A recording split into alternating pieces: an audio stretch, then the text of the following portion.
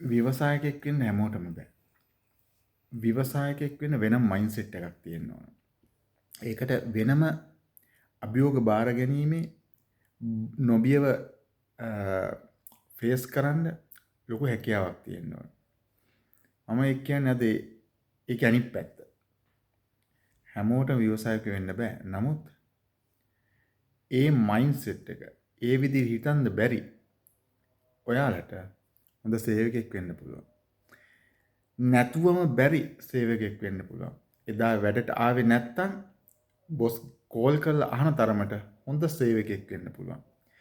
කරන ජොබ් එක හරියට කරන්න, හොඳට කරන්න, ආසාවෙන් කරන්න. ඒක තමයි පළවෙනි රූල් එක. Thank you very much. මම පුල්මන්ද ගෙදර.